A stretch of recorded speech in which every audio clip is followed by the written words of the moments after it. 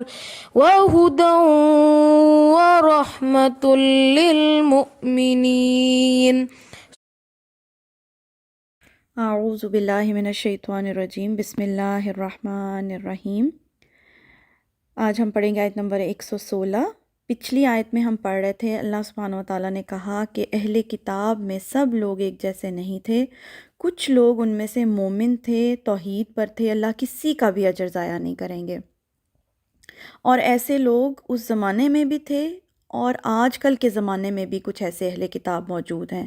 دیکھیں کچھ لوگ تو ایسے ہوتے ہیں جو فوراً مان جاتے ہیں، کچھ لوگ نبی صلی اللہ علیہ وسلم پہ فوراً ایمان لے آئے، لیکن کچھ عرصے کے بعد مسلمان ہوئے، اور اس طرح کے لوگ آج کل کے زمانے میں بھی ہیں اہل کتاب میں سے۔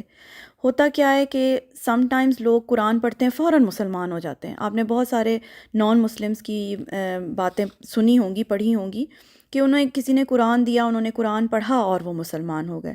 تو کچھ تو فوراً مان جاتے ہیں، کچھ لوگوں کا اسلام کے راستے میں سفر شروع ہو جاتا ہے، یعنی وہ مکمل طور پہ مانتے تو نہیں ہیں لیکن راستے پر آ جاتے ہیں، کچھ آدھے ادھر کچھ آدھے ادھر، لیکن وہ اس راستے پر چل پڑتے ہیں، تو کسی کا بھی اللہ اجر ضائع نہیں کریں گے۔ یہ سب لوگ تو ایک طرف، دوسری طرف وہ لوگ بھی ہوتے ہیں جو مکمل طور پر بائسڈ ہو کر انکار کر دیتے ہیں۔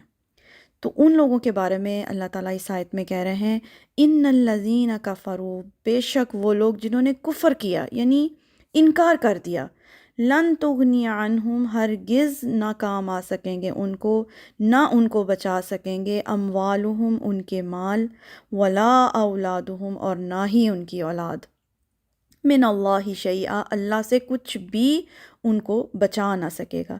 دنیا میں تو انسان اگر بہت مالدار ہے تو مال دے کر اپنی جان چھڑا سکتا ہے۔ پھر قبائلی سسٹم تھا زمانہ جاہلیت میں، تو جس کے زیادہ بیٹے ہوتے تھے وہ بہت طاقتور سمجھا جاتا تھا، اور ابھی بھی ویسے خیر ایسے ہی ہے، جس کے زیادہ بیٹے ہوتے ہیں وہ بڑا مغرور ہو جاتا ہے، طاقتور سمجھا جاتا ہے۔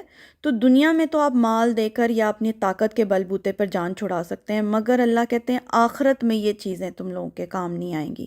اگر کوئی کفر کرتا ہے، اللہ کو انکار کرتا ہے، تو یہ چیزیں آخرت میں نہیں بچا سکیں گی۔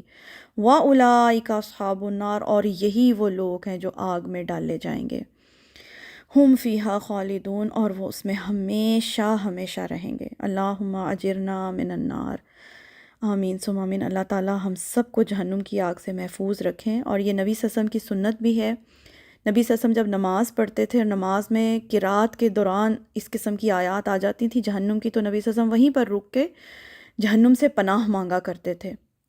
تو ہمیں بھی ایسے ہی کرنا چاہیے، قرآن پاک میں جہاں کہیں جہنم کی آیات آئیں تو رک کر ہم اللہ تعالیٰ سے پناہ مانگیں، جہاں کہیں جنت کی آیات آئیں تو ہم رک کر اللہ تعالیٰ سے جنت کا سوال کریں۔ اللہ تعالیٰ ہم سب کو جہنم کی آگ سے محفوظ رکھیں، آمین ثم آمین۔ تو یہ تو اہل کتاب کی بات ہو رہی ہے۔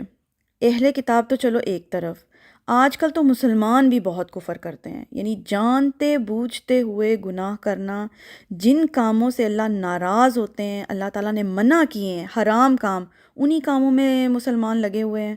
دیکھا ہوگا آپ نے کہ پتہ بھی ہوتا ہے کہ یہ کام منع ہے، مگر اس کے باوجود، پتہ بھی ہوتا ہے اس کا انجام کیا ہوگا، اس کے باوجود لوگ کرتے ہیں۔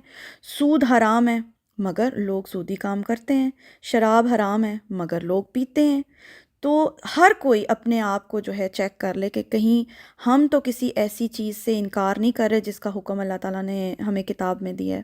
اللہ تعالیٰ ہم سب کو محفوظ رکھیں اور غور کرنے کی توفیق عطا فرمائیں، آمین ثم آمین۔ اللہم انی اعوذ بک من عذاب القبر ومن عذاب جہنم ومن فتنة المحیا والممات ومن شر فتنة المسیح الدجال، آمین یا رب العالمین، آمین ثم آمین۔